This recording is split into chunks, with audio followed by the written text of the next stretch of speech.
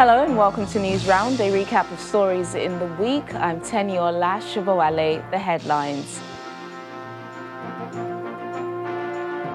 1 year after the historic EndSARS protest against police brutality in the country, youths take to the streets in Lagos, Abuja and some other cities to demand justice. After 2 decades, President Muhammadu Buhari considers state pardon for Ken Saro-Wiwa and 8 other Ogoni sons.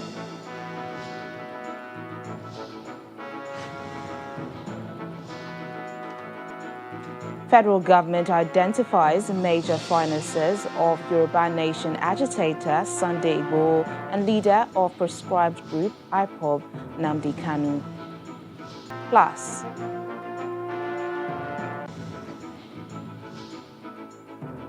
World Health Organization warns that vaccine inequity means pandemic will drag on deep into 2022. That's News Round in View.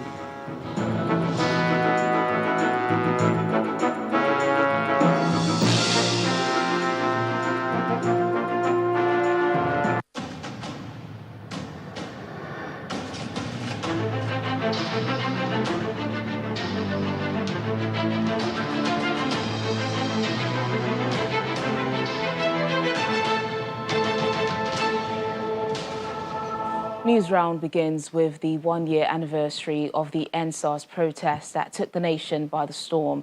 Young Nigerians defied the authorities as they thronged the streets seeking justice for police brutality.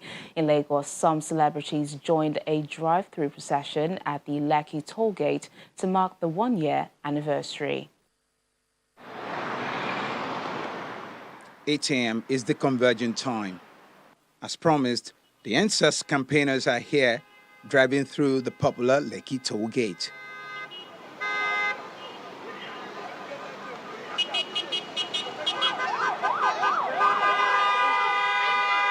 Horns blaring,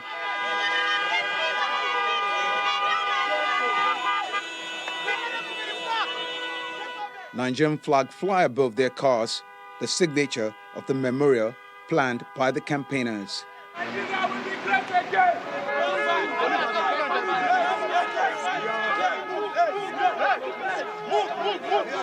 Some protesters are also arrested, locked in this van, and later driven to an unknown location. Some of the protesters step out of their vehicles in an apparent move to drive home their points even more.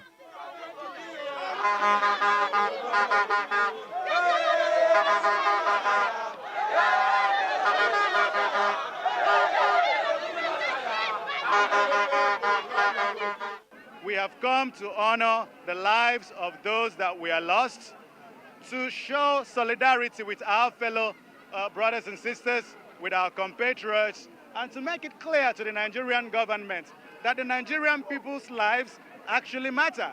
This is a democracy. It is not a regime. It is not a military regime. It is a democracy.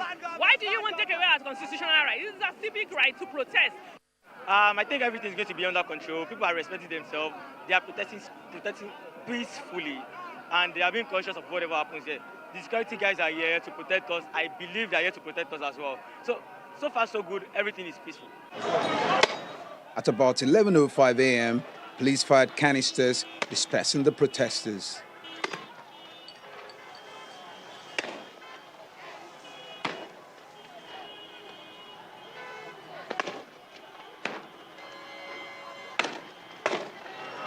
Arrest them! Arrest them! Hold them! Hold them! Hold them! Hold them! Hold them! Hold them! Arrest them!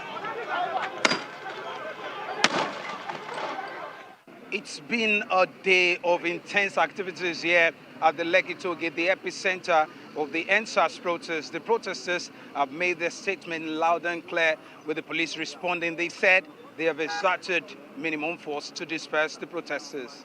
They are not to be on foot. And we agree that they won't come down from their vehicle to address anybody. That is where people will start coming in. That's where people will now start converging.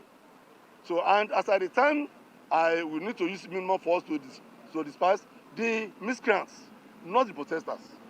I discussed with them that they have the right to protest. they should be within the ambit of the law. You want to protest from one point to one point and at one time. And what are your programs?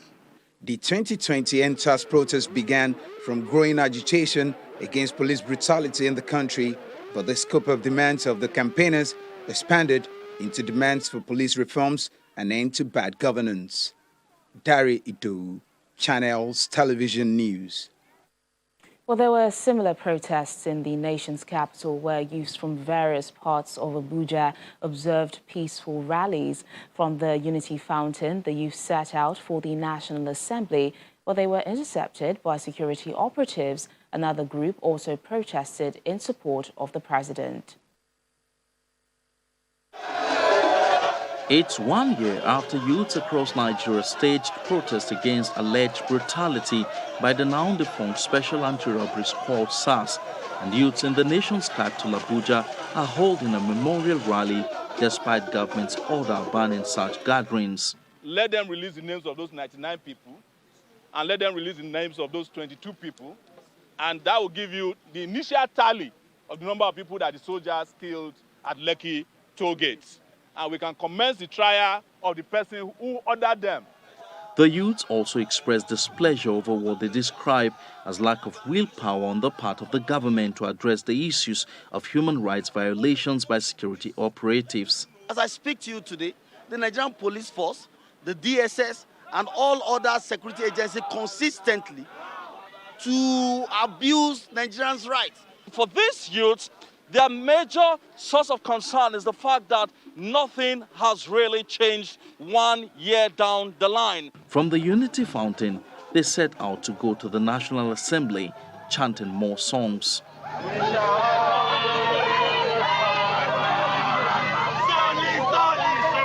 But they are intercepted by security operatives somewhere around the Federal Ministry of Justice. These youths plans to go to the National Assembly, where they said they also want to call on lawmakers in the country to join them in agitating against these alleged human rights abuses by security agents. After about 1 hour, the youths yielded and retreated to the Unity Fountain, where they dropped their placards and left. But just as they were leaving, some supporters of the government show up, protesting against what they describe as blackmail and incessant attacks on the administration of President Muhammadu Buhari. Those who claim they made President Muhammadu Buhari president in 2015 have since left him before the 2019 election. Yet, Nigerians overwhelmingly voted him again. This is a ripple effect of the Empower Project, conditional cash transfer, anchor borrower scheme, school feeding, war against terrorism, critical infrastructure like the railway, transport, massive road construction, and reduction of corruption to a barest minimum, among others. As the discussion around the EndSARS protest continues, Nigerians await to see the outcome of the various panels set up to investigate issues of human rights abuses by security operatives in the country. Empress Simon, Channels Television News. Meanwhile, relatives of a 23-year-old female corps member, Linda Igboho, allegedly murdered by a policeman in Abuja in July 2018, are asking for 200 million naira compensation. Their demand is contained in a written address submitted by their counsel to the panel investigating alleged cases of human rights violations by the defunct Special Anti-Robbery Squad in Abuja. Members of the panel investigating alleged cases of human rights violations by the defunct Special Anti-Robbery Squad SARS in Abuja are resuming after more than 6 months of break. Grateful to God Almighty. Cross-examination of witnesses over. The panel is now receiving final written addresses of the council, among which is that of the relatives of the 23-year-old Miss Linda Igboho, a corps member murdered in July 2018, allegedly by a police officer in Abuja, day before her passing out from the National Youth Service Corps, NYSC. The family is asking for 200 million naira as compensation for their loss. The loss of the youth corps in our very prime, is something that even the family will not, will not go over it in a very short time. The sister was shot and by the police and negligently was not attended to by the hospital. But the counsel to the police argues that the matter is before the FCT High Court, and as such, the panel lacks the jurisdiction to adjudicate on the matter. But no, this matter is before the High Court, and the High Court will give judgment to everyone. That's what you said. And people have the power to award compensation to the desired citizen upon the conclusion of the prosecution. If this panel will go ahead to make any compensation, it will jeopardize the power of the FCT High Court in making that decision. The panel has adjourned to November the 1st, 2021, when the lawyers are expected to tidy up their final addresses. Meanwhile, information available to Channels Television shows that out of the 296 petitions received by the 11-member panel, 55 have been concluded, 75 have partly been heard, and 22 have either been struck out by the panel or withdrawn by the petitioners. Nigerians are eager to see the outcome of the investigations by this panel of inquiry. While the victims want compensation, the panel, however, says justice for all is its ultimate goal. Emperor Simon, Channels Television News.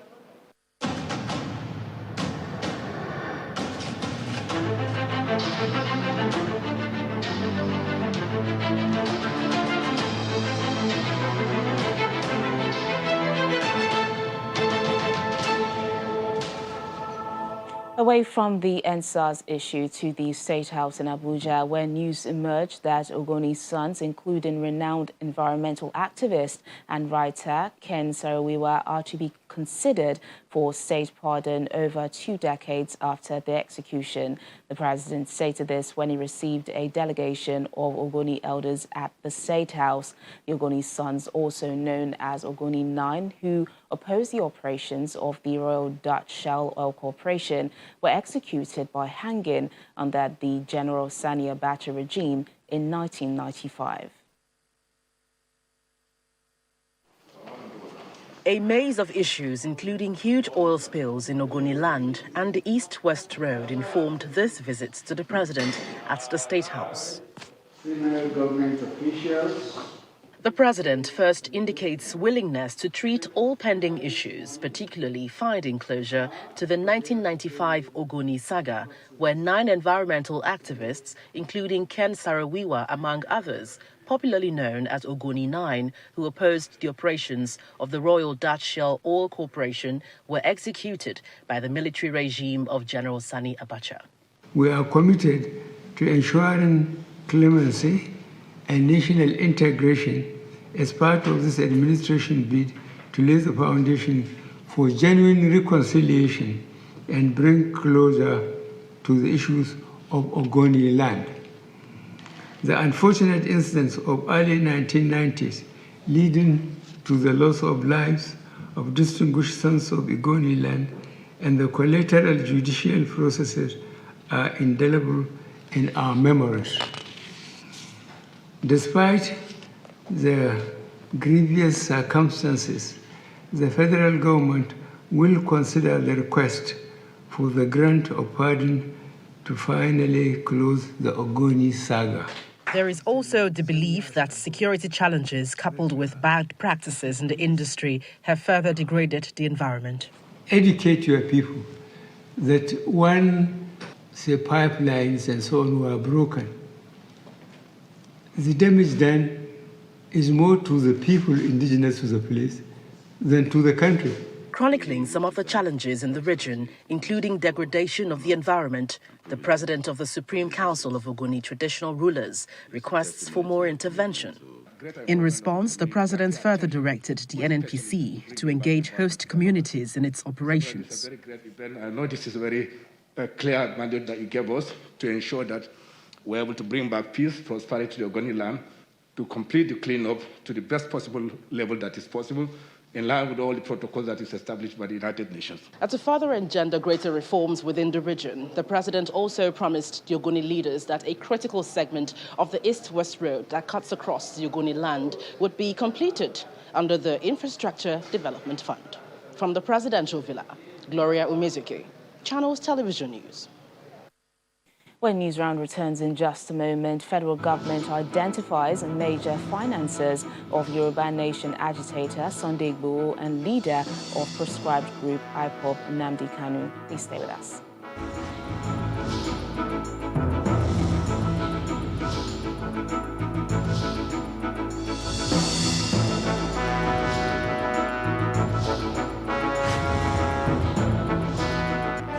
Thanks for staying with us. Two matters of national security. The Attorney General of the Federation and Minister of Justice, Abubakar Malami, has accused the leader of the proscribed indigenous people of Biafra, Nnamdi Kanu, of using online Radio Biafra to instigate violence and incite members of the group to commit violent attacks against civil and democratic institutions.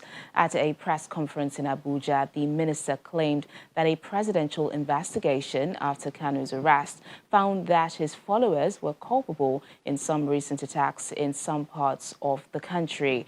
Mr. Malami said the major financier of the Yoruba Nation agitator, Sunday Igboho, was a member of the National Assembly but was silent on the identity of the said financier. It's a press conference by the Attorney General of the Federation and Minister of Justice, Abubakar Malami, to give a report on investigations by the ad hoc committee set up by the President into the activities of the proscribed indigenous people of Biafra, IPOB, after the rearrest of its leader, Nnamdi Kanu, in June 2021. Giving details, the minister explains that the outcome of the investigations revealed that the IPOB and the Eastern Security Network, Iseyin, have so far killed 175 security personnel, comprising 128 policemen, 37 military personnel, and 10 other security operatives. He alleged that some countries are aiding Kanu. We've also established that Kanu is not alone in his subversive activities. He has accomplices in Nigeria and abroad, individual and groups as well as state and non-state actors who are aiding and facilitating his campaign against the people and state of Nigeria. Some of the state actors aided Kanu even as a fugitive in his destructive mission, ignoring the terrorist nature of his activities. On Sunday at the more popularly called Sunday Igboho, Mr. Malami informs the gathering that his major financier is a federal lawmaker and he has received the sum of 127,145,000 naira from his financiers between October the 22nd, 2013 to September the 28th, 2020. That Sunday Igboho is a director and signatory to Adhesion International Concept Limited, registered on 23rd April 2010. Adhesion International Concept Limited also has Oladele Oyetunji and Ederovo Adeyemo as directors. Similarly, Igboho is linked to 43 bank accounts in 9 banks. The minister says information on the country supporting Nnamdi Kanu and IPOB would be made public in due time.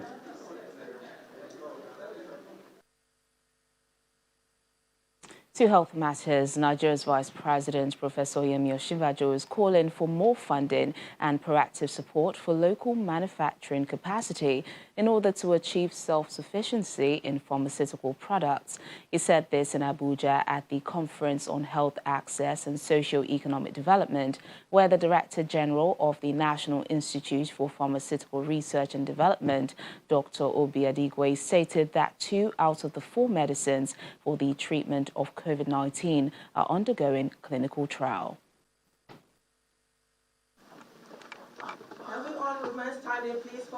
The Vice President, Professor Yemi Osinbajo, is among the dignitaries attending the International Conference on Health Access and Socioeconomic Development in the nation's capital, Abuja.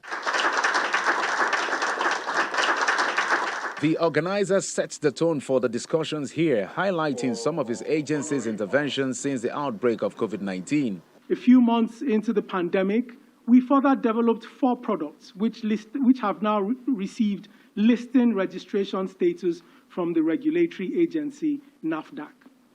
2 of those products have now been put forward for clinical trials, and based on the high R&D standards in the institute, we are indeed very hopeful that we would very shortly bring out a categorical response in that phytomedicinal area. For the Vice President, the COVID-19 pandemic threw up gaps in Nigeria's health system, defining a new direction that the country must take to achieve self-sufficiency in pharmaceuticals. Think what would have happened to India, which has reported the most number of infections in the world after the United States, if it did not have the capacity to produce its own vaccines. So it's evident that the way forward is more funding for healthcare and research, for our innovators, and to develop solutions in pharmaceuticals and medical consumables. The outbreak of COVID-19 in Nigeria last year and its attendant effects on pharmaceutical supplies led to multiple health policies and interventions from the government and the private sector on the need to build local capacity for medical self-sufficiency. However, more may be needed to translate those policies and interventions into reality. It's not even the issue of policy, it is the implementation. It's the people who are implementing the policy who have no pride in this country and would rather implement it for their own good rather than for the good of the country. That's the major obstacle. There are not people in this country, and there are not plans and policies, but just that implementation. It boils down to that individual. What do you think of your country? Many in this hall are hopeful that the suggestions from participants at this conference and the assurances from the Vice President will be implemented and help change the narrative. The Group Managing Director of the NNPC, Melekari, says no law was violated in the award of shipping contracts to a foreign company, as a waiver was received from the supervising agency, NNPC. The statement comes on the heels of an investigation by the House of Representatives on a possible violation of the governing laws. Meanwhile, families who allege that their relatives were killed by men of the Nigeria Customs Service in Oyo State are demanding 4.5 billion naira as compensation, even as Customs Service denies killing anyone. The Group Managing Director of the NNPC honors the invitation of the House Committee on Nigerian Content Development on an allegation that the NNPC had violated certain laws, including the cabotage law, by employing the services of a foreign vessel company. Services done by others. Mr. Kiari responds by explaining that no law was violated, an explanation that appeared to satisfy the committee. NIMASA must offer waiver of the cabotage restrictions before any vessel will be chartered by an NNPC. What it means is that every vessel that we have taken meets the requirement of the Cabotage Act, which by implication means that we have also met the requirements of the Nigerian Content Act. So we'll try and marry the two. We'll midwife the relationship between NNPC and Ship Owners Association of Nigeria to ensure that we achieve meaningful results. Meanwhile, at another hearing, the House Committee on Customs investigates an allegation against the Nigeria Customs Service. The Iseyin community in Oyo State is accusing men of the service of killing 4 people while intercepting 2 jeeps conveying foreign parboiled rice on the 13th of May this year. On that same day, I think the day was the day of Eid-el-Fitr.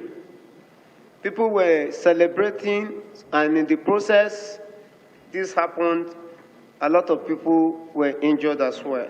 They are asking for the perpetrators of these heinous crimes to be identified and be brought to book. They are asking for apology.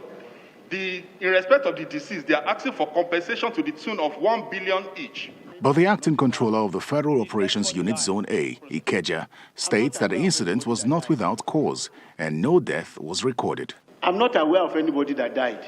It is impracticable for somebody holding gun and people numbering hundreds attacking them with cutlasses?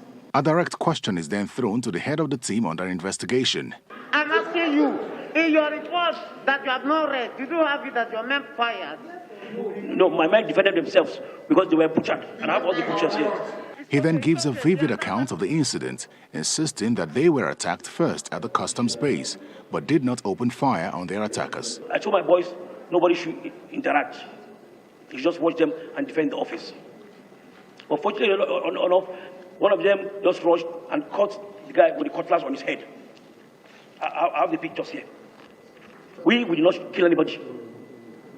To my personal knowledge, we did not kill anybody. Since you are the person on ground and you defended yourself, what is the mode of defense you applied to defend yourself? The mode of defense is that you fire in the air to disperse the mob. Did you? I've answered you that. I said yes. We fired in the air. I said we fired in the air. While the investigation continues, the committee recommends that customs should amicably resolve the matter by adequately compensating the affected families. Terry Ikumi, Channels Television News. And now the World Health Organization says COVID has severely affected healthcare staff and may have killed between 80,000 and 180,000. The deaths occurred between January 2020 and May of this year. There are an estimated 135 million healthcare workers globally. WHO head Dr. Terrorism, while criticizing the unfairness in the distribution of vaccines, says healthcare workers must be prioritized. He says fewer than 1 in 10 healthcare workers are fully vaccinated in Africa, compared with 8 in 10 in most other continents. Earlier, another senior WHO official warned a lack of jabs could see the pandemic continue well into next year. And that's News Round this week. Thank you so much for watching. I'm Tenyo Lashiboale. Enjoy the rest of your weekend.